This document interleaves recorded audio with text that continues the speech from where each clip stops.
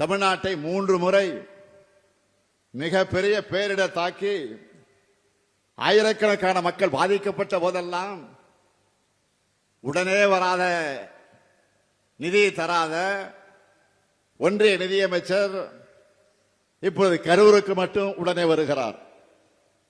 மணிப்பூர் கலவரம், குஜராத் விபத்துக்கள், கும்பமேளா பலிகளுக்கெல்லாம் உடனே விசாரணை குழு அனுப்பாத பாஜக கரூருக்கு மட்டும் உடனே அனுப்புறாங்கன்னா தமிழ்நாட்டு மேல இருக்கிற அக்கறையால கிடையாது.